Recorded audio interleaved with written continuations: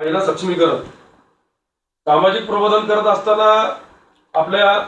प्रभाग वाईज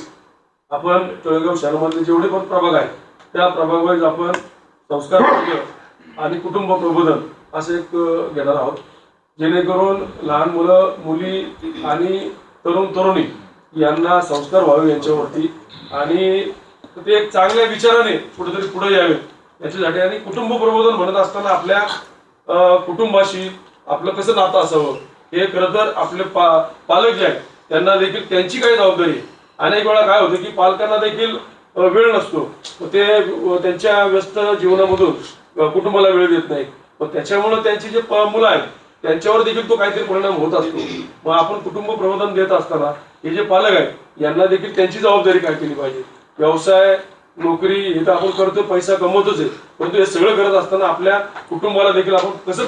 प्राधान्य देता येईल याचा देखील विचार करत असताना ते एक आपण कुटुंब प्रबोधन आणि संस्कार वर्ग आपण प्रभाग वाईज घेणार आहोत। आपल्या तळेगाव शहरामध्ये जे चौक आहे त्या चौकाचं सुशोभीकरण करत असताना आपण आपल्या इथल्या पतसंस्था असतील, बँका असतील, वेगवेगळे संस्था आहेत त्या संस्थांना ते चौक देऊन त्यांनी तिथं काहीतरी सुशोभीकरण करत असताना पण ते असं सुशोभीकरण करायचं जेणेकरून आपल्या पिढीला त्याच्याकडे बघितल्यानंतर काहीतरी प्रेरणा मिळेल। उगाच काहीतरी बाहेर देशातलं कुठलं तरी स्थळ उभं केलंय मग त्याच्यातनं आपल्याला काय मिळणार, तर आपल्याला त्यातनं शून्य मिळणार आहे। आपल्या देशाची, आपल्या महाराष्ट्राची, आपल्या तळेगाव शहराची संस्कृती, संस्कार आणि जे काय शौर्य आहे ते त्या ठिकाणी दिसलं पाहिजे। असं काहीतरी सुशोभीकरण करून त्या ठिकाणी त्या संस्थेचं नाव त्या ठिकाणी टाकलं तरी हरकत नाही। अशी चौक आपण पुढील काळामध्ये काढणार आहोत। त्यामध्ये आपण पतसंस्था असतील, बिल्डर असतील, आर्किटेक्ट असतील, व्यापारी आहेत, बँका आहेत, यांना देखील त्या ठिकाणी आपण संधी देणार आहोत। रिक्षा संघटनेला देखील आपण त्याच्यामध्ये संधी देणार आहोत की तुमच्या संघटनेच्या माध्यमातून देखील तुम्ही लोकांना काय प्रेरणा मिळेल, तरुणांना, तरुणींना, मुलींना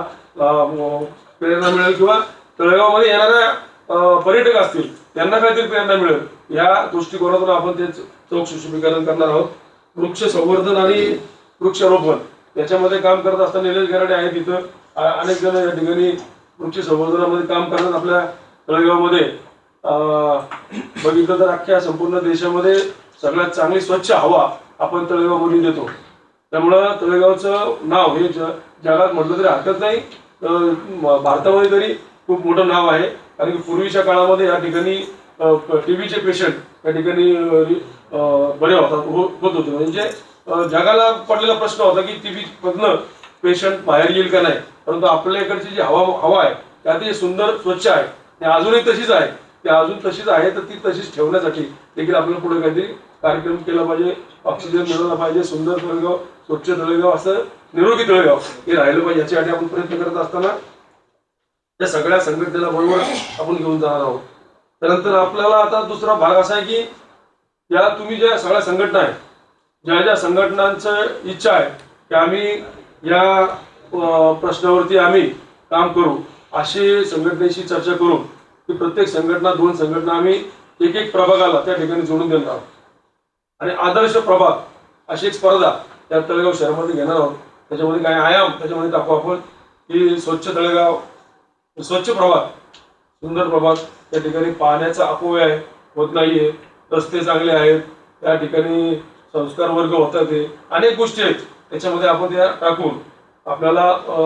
आदर्श प्रभाग ही एक स्पर्धा या ठिकाणी घेत असताना सगळे नगरसेवक खरं तर या ठिकाणी बोलवणार होतो, परंतु आपण एवढे जण असताना सगळ्या नगरसेवकांशी कसं काय मग कॉर्डिनेट होणार, म्हणून पहिले आपली चर्चा करून तुम्ही कोण कोण बरोबर येत आहे हे सगळं करून मग प्रत्येक प्रभागाला, प्रत्येक नगरसेवकाला आपल्याला जोडलं दिलं जाईल, जोडणी करून दिली जाईल आणि मग तुम्हाला त्या ठिकाणी त्या प्रभागामध्ये काम करत असताना त्या प्रभागाची